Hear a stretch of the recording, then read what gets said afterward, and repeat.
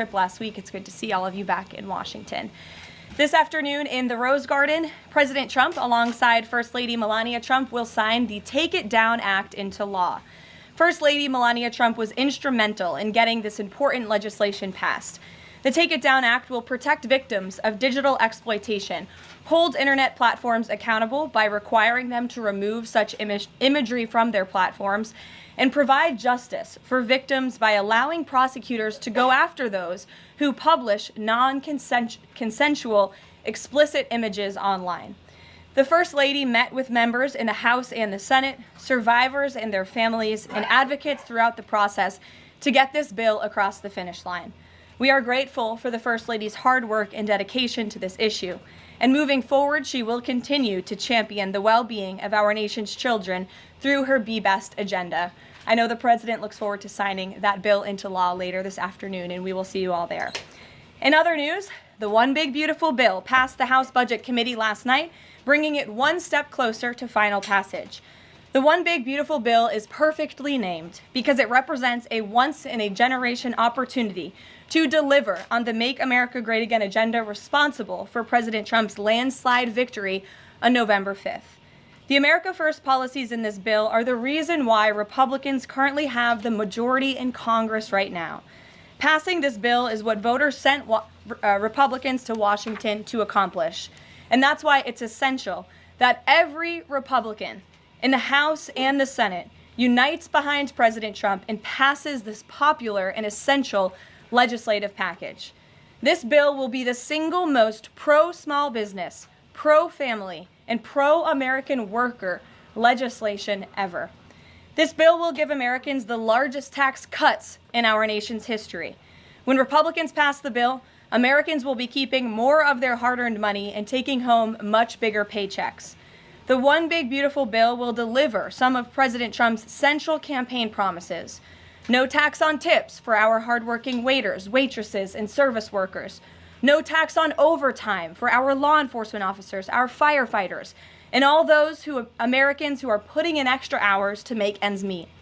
And a large tax deduction on interest payments for Americans who purchase American-made cars. Despite desperate Democrat lies, the biggest beneficiary of this tax cut will be working-class Americans and their families. Americans earning between $30,000 and $80,000 per year will pay about 15% less in taxes after this legislation is passed. And according to a brand new paper from the White House Council of Economic Advisors, the average family with 2 children's take-home pay will be up to $13,000 higher because of the increase in wages and reductions in tax obligations. The CEA study also said that the average overtime worker receives a tax cut of roughly $2,000. Again, this is great news for our nurses, our police officers, and all those who work overtime to make ends meet across our country. Put simply, President Trump's One Big Beautiful Bill will be a boon for working-class America. This One Big Beautiful Bill is also pro-family. It will increase the child tax credit to $2,500 per child, establish optional savings account for newborn babies with a $1,000 credit added, and strengthen paid family leave. This bill also delivers historic tax relief to America's seniors by allowing middle and low-income Social Security recipients to deduct an additional $4,000 in payments from their taxable income. If Democrats get their way and the Trump tax cuts are not extended, Americans will face the largest tax hike in history to the tune of $4 trillion. Republicans must not side with Democrats in helping them raise taxes. The One Big Beautiful Bill also provides critical protections of Medicaid, which will strengthen and preserve the program for decades to come through common sense efforts to eliminate waste, fraud, and abuse. Medicaid will no longer be used to pay for barbaric gender mutilation procedures on minor children. And the 1.4 million illegal aliens who are currently improperly receiving Medicaid benefits will be kicked off the program to preserve it for hardworking American citizens who need it. President Trump and Republicans are protecting Medicaid benefits for pregnant women, children, disabled individuals, low-income seniors and families, and the most vulnerable Americans in our society. And that's what Democrats are so angry about. Basic Medicaid protections that will stop the funding of transgender insanity and illegal aliens from ripping off American taxpayers. As you all know, over his first 4 months in office, President Trump ended the previous administration's open border crisis and secured our homeland in record time, all using executive authority. Now Congress needs to act. The One Big Beautiful Bill is the most significant investment in our nation's border patrol and law enforcement agents in our nation's history. The bill ensures that President Trump's popular and successful border security measures are made permanent. Republicans have the backs of Border Patrol and ICE agents who were put through hell over the past 4 years and have quickly worked to secure our southern border. And that's why this bill gives them more resources to do their jobs, including a $10,000 much-needed bonus to ICE agents and Border Patrol agents over the next 4 years. To provide those brave agents with desperately needed reinforcements on the ground, the bill allows for the hiring of thousands of new ICE personnel, customs officers, and Border Patrol agents. These significant hirings will empower President Trump to continue delivering on his promise to carry out the largest mass deportation in the history of our country.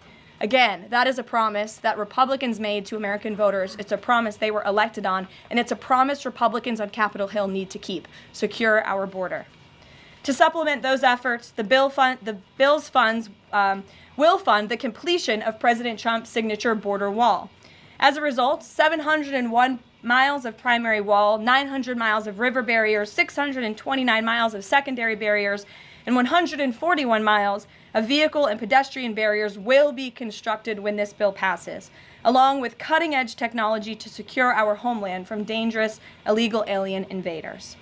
This bill also advances our national security and defense interests by ensuring the United States military has the necessary resources to remain the strongest and most lethal fighting force in the world.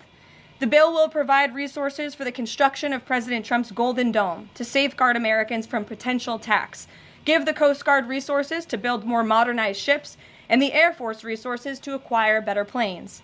If all of those incredible things were not enough, the Big Beautiful Bill also finally modernizes air traffic control in America, a bipartisan issue.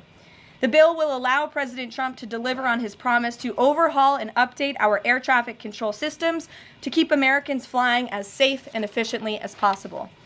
The previous administration failed to act and do this themselves, despite repeated warnings from the GAO, which has resulted in unacceptable delays at major airports like Newark that the Trump administration is working hard to address. When the One Big Beautiful Bill passes, we will replace the current antiquated system, the FAA will enhance safety in our skies, reduce delays, and power the future of air travel in the United States. That's just some of what this historic legislation will accomplish. It is absolutely essential that Republicans unite behind the One Big Beautiful Bill and deliver on President Trump's agenda. There is no time to waste. Americans gave Republicans a once-in-a-generation opportunity to course-correct our country over many wrongs over the past 4 years. And Americans are counting on Republicans to work as hard as President Trump is in this White House every day on Capitol Hill.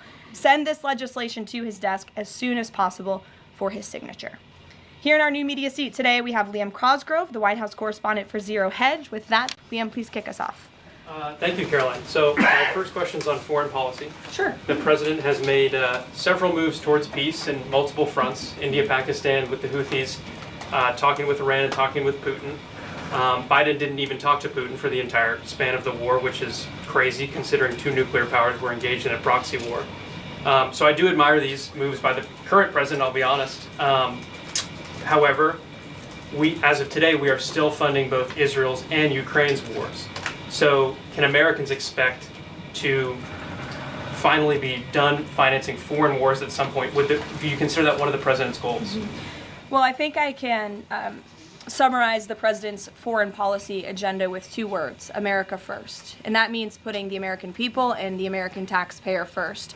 And that's why the president is moving as quickly as he possibly can and working overtime to end these conflicts in both Israel and in Gaza, and also the Russia-Ukraine war. As you all know, the president will be speaking with Putin at 10 o'clock. He plans to call President Zelensky when that call concludes. I spoke to the president about that call at 10 o'clock. I don't want to get ahead of those very important important conversations, but of course you will hear directly from the president or me after those calls conclude today, so you can expect that. As for Israel and Gaza, the president continues to not only himself but his national security team engage in talks on both sides of this conflict. The president made it very clear to Hamas that he wanted to see all hostages released. And last week, when we were flying out of town, there was great news on that front with the return of Eden Alexander, who is the last remaining hostage in Gaza. So to answer your question, the president is always thinking about the American people, the American taxpayer first. He wants these conflicts to end, not just to save money, but most importantly, to save lives.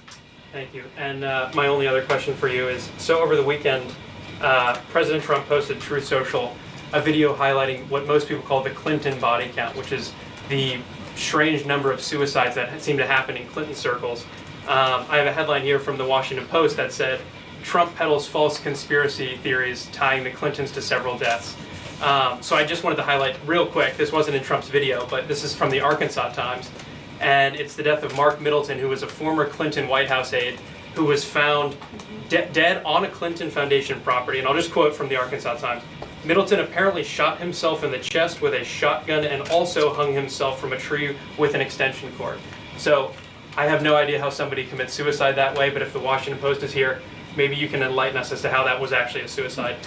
So anyways, that's just a lead into my question about the most famous Clinton-related suicide, which is that of Jeffrey Epstein. There's still a lot of questions around that case. You've released phase 1 of the Epstein files. What was missing from that is any connection to his ties to intelligence agencies, and that's really the whole story, that not just trafficking young girls, but doing it on behalf of intelligence agencies, and even potentially as part of a blackmail ring with potential ties to the Israeli government. So for phase 2, when can we expect it? Will it have information pertaining to those aspects of the Epstein case? I know the Attorney General has committed to releasing those files. I would defer you to the Department of Justice on her timeline, but when she has made a promise in the past, she has kept it, and I'm certain that she will in this case as well. Rachel. Thanks so much, Caroline. Sure. The president set a 2-week deadline for Ukraine and Russia to negotiate a deal. That time is now up. Does the president intend to set a new deadline on this call with President Putin? And how much longer is he willing to give these talks? Yeah, I don't want to get ahead of the specifics of the conversation the president will be having with President Putin in less than an hour this morning. But he has made clear throughout the entirety of this conflict, since he inherited it from Joe Biden. Don't forget, this is a war that began because of the previous administration's incompetence and weakness, and President Trump is working very hard to fix it. He has made it clear to both sides that he wants to see a peaceful resolution and a ceasefire as soon as possible. But as for specifics on a timeline, I won't get ahead of the president. And just on the goals for this call in particular, is the goal to get Putin to agree to a ceasefire? Is the goal to lead to some sort of in-person negotiations with Putin and the president? Well, I think, again, we'll see how the call goes, and the president has made it clear his goal is to see a ceasefire and to see this conflict come to an end. And he's grown weary and frustrated with both sides of the conflict. The president and his team have put an enormous amount of effort in solving this very complicated war that, again, began because of the last administration's weakness. Does he still want to meet Putin personally? I think the president would certainly be open to that, but let's see how this call goes today. What's the status of the secondary sanctions package? The president's been talking about that. You haven't imposed them yet, but is that still on the table? I think everything's on the table, yes. And again, I won't get ahead of the president in any commitments or decisions, but certainly it's something he's been looking at and discussing.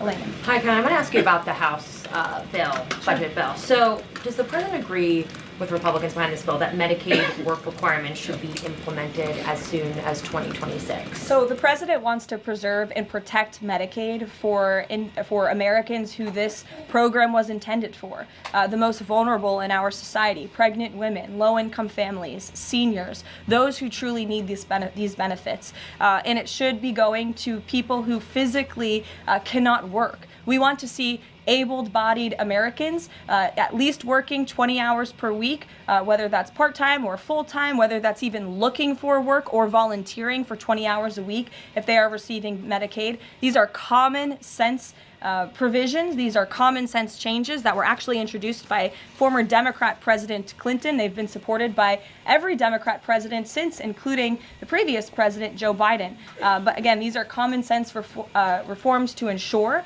that those that this program was intended for receive those benefits. And then just a quick follow-up. Is the president okay with this bill adding to the deficit. This bill does not add to the deficit. In fact, according to the Council of Economic Advisors, this bill will save $1.6 trillion. And the president absolutely understands and hears the concerns of fiscal conservatives and of Americans who want to get our fiscal house in order. That's what the intention of this bill is. There's $1.6 trillion worth of savings in this bill. That's the largest savings for any legislation that has ever passed Capitol Hill in our nation's history. The next bill that even comes close was $800 billion. That's less than half of the savings that we see in the One Big Beautiful Bill. And so the goal of this bill is to produce economic growth, to cut taxes, and to get our fiscal house in order. And this is the right step in the right direction towards doing that. Thanks. Edward. Yes, thanks. And then I'll go to you. Thanks, You're welcome. I want to get the president's reaction to Moody's downgrading the credit rating of the United States.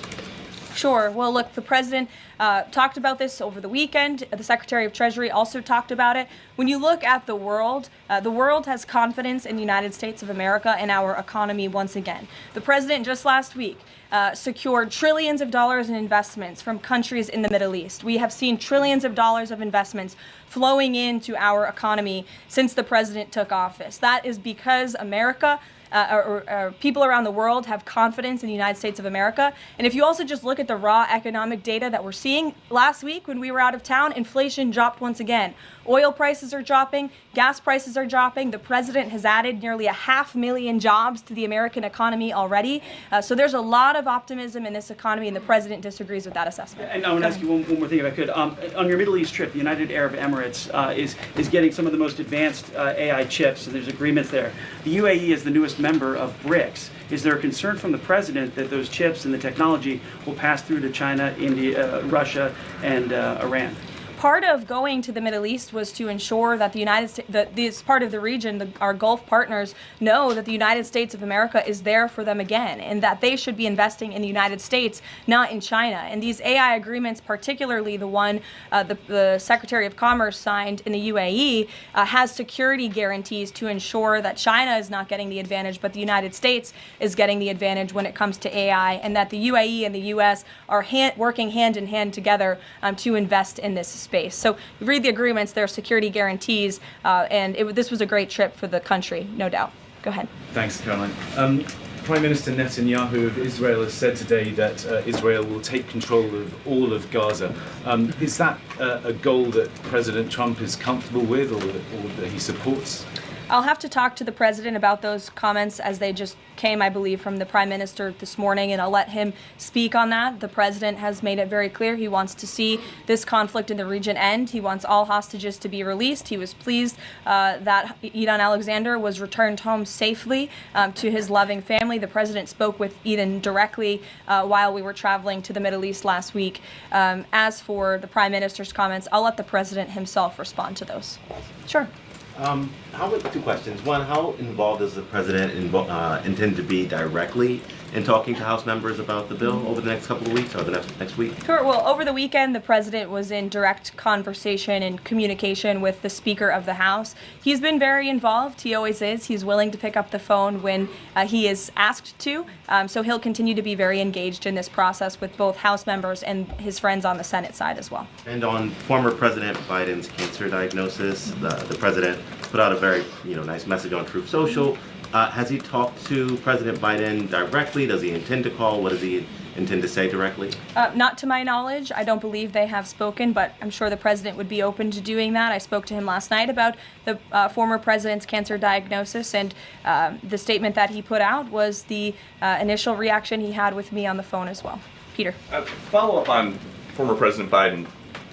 White House doctors may have missed the early stages of his prostate cancer. So is President Trump worried about the quality of care that presidents get here?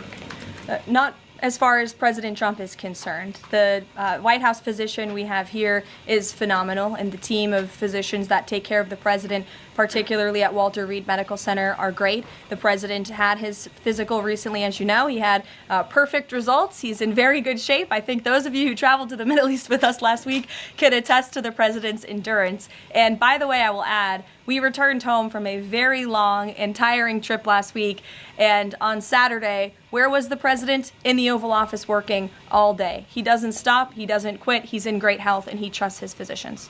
Two more things. Putin ghosted everybody at these peace talks last week.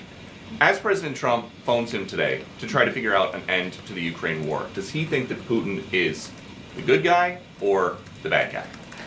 I'll let the president speak on that conversation later. He's made his feelings about both sides of this war quite clear throughout it. He wants to see it end. And Annie, the go last ahead. one, what does President Trump mean when he says that Taylor Swift is no longer hot?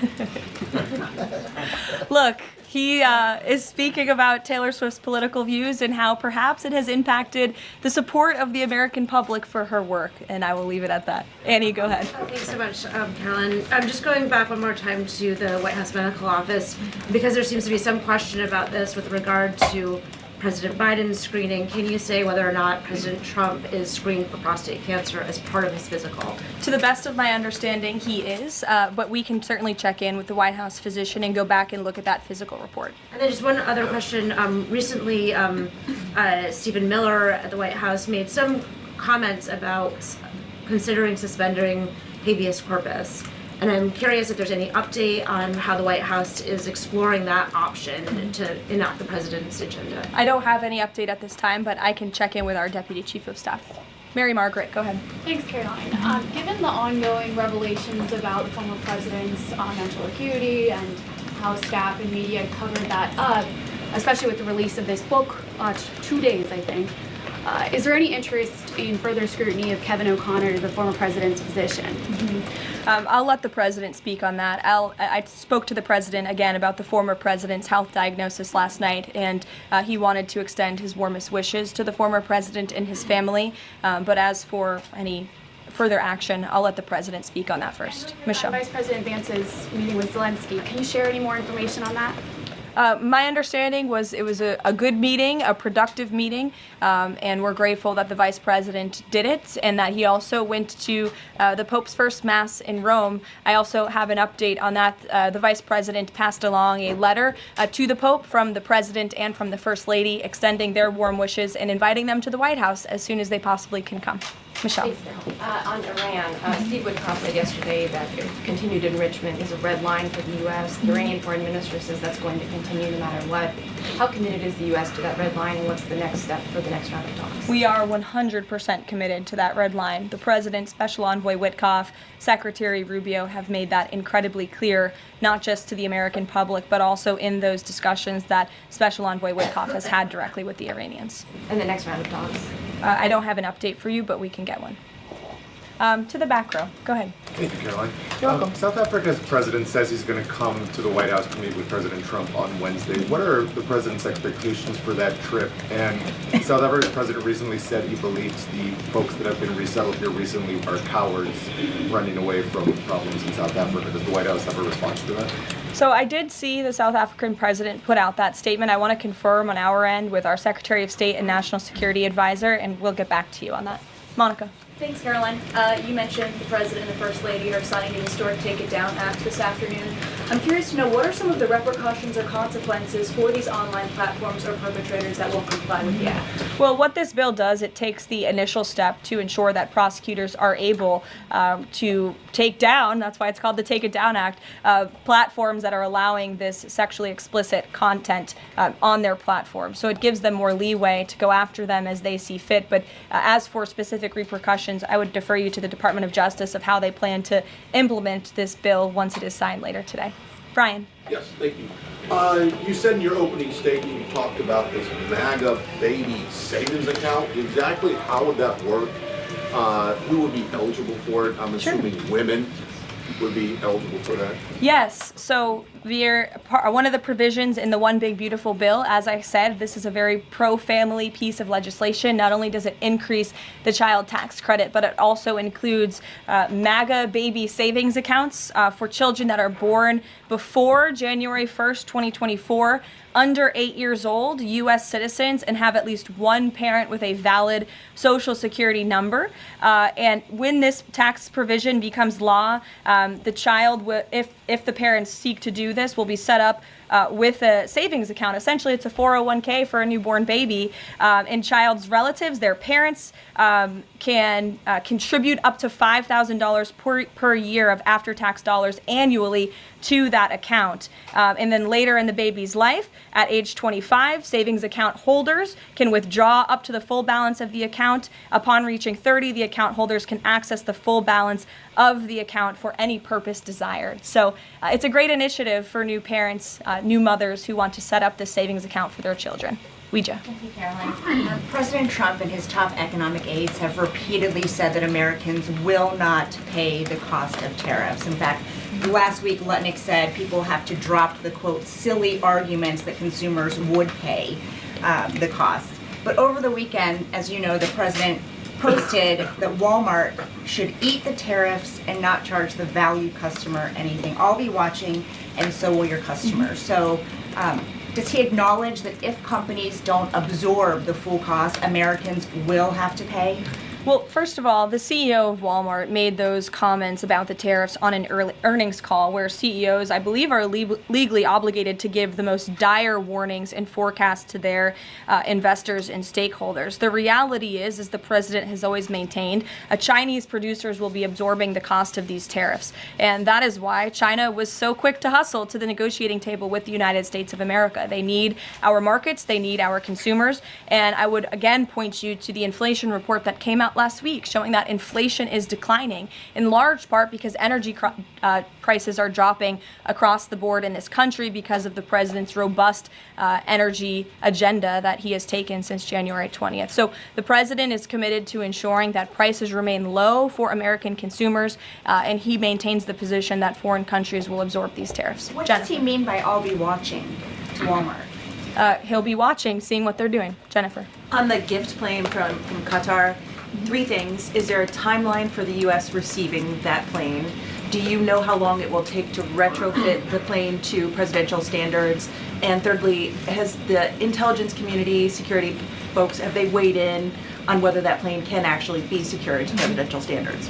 I'm glad you brought up this question because I was watching the American press spew a lot of misinformation about the plane donation last week when we were abroad. Let's be very clear. The government of Qatar, the Qatari family, has offered to donate this plane to the United States Air Force, where that donation will be accepted according to all legal and ethical obligations. It will be retrofitted to the highest of standards by the Department of Defense and the United States Air Force. This plane is not a personal donation or a gift to the President of the United States. And everyone who wrote that last week should go and correct their stories because this is a donation to our country and to the United States Air Force. As for a timeline, because it is the United States Air Force that is accepting the plane, I would defer you to them for specifics because the president, frankly, has nothing to do with it. It's the Air Force's project to take on. Sure. Elizabeth. Thanks so much, Caroline. Did the president call fiscal conservatives who were hesitant to vote for the Big Beautiful Bill? And if so, what did they say? What did he say? I don't reveal the president's private discussions unless he gives me the liberty to, but he has been engaged in this process. He spoke to the Speaker of the House, and he will continue to make those phone calls if it's necessary for him. Sure. Thank you, Caroline. I'll go to both of you. Go ahead. Thank you. Any updates on Greenland? Will the president be making any trips, and do we have any details you can share with us? I don't have any future foreign trips to read out for you. We just returned home from one. But the president maintains the reasoning for Greenland's strategic purposes in the Arctic, and he continues to remain committed to the idea of obtaining Greenland in whatever means we can to advance our national security interests in the region. Sure. Thank you, Caroline. I have a question. Was Lebanon part of the discussions during the Middle East tour, and did you meet with any Lebanese representatives? To my knowledge, the president did not meet with any representatives from Lebanon, although he did talk about the election that they recently had there and how he hopes that Lebanon can come to a more peaceful place in their country and that we drive out Hezbollah, Iranian-backed Hezbollah proxies in Lebanon to ensure peace and prosperity in that country and also for the greater Middle Eastern region. And I would just add to that before I wrap up, because the president's call will begin in a few minutes. The president's historic tour to the Middle East last week truly reset our foreign policy agenda in that region. I think actually, in fact, the Washington Post had a headline, President Trump remakes U.S. foreign policy in the Middle East. And that's absolutely true. He took a courageous and bold step to lift sanctions on Syria. He strengthened our ties with our Gulf partners, and he put Iran into a very difficult position because the United States of America is back. And I will summarize the president's trip with an anecdote that I heard directly from a member of one of the foreign delegations. I asked him how hopeful their country was when they learned President Trump won the election. And he told me when President Trump won the election, it was like the lights turned on in a dark room. For the past 4 years to the rest of the world, America was dark. We were unresponsive. We did not pick up the phone. We did not return calls. All of that has changed under the leadership of this president. And I think the world saw that last week with this historic and wildly successful trip. And the work continues. The president will be speaking to President Putin at 10 a.m. and we'll have a readout for you after that call. And we'll see you in the Rose Garden at 3 o'clock. Thanks, guys.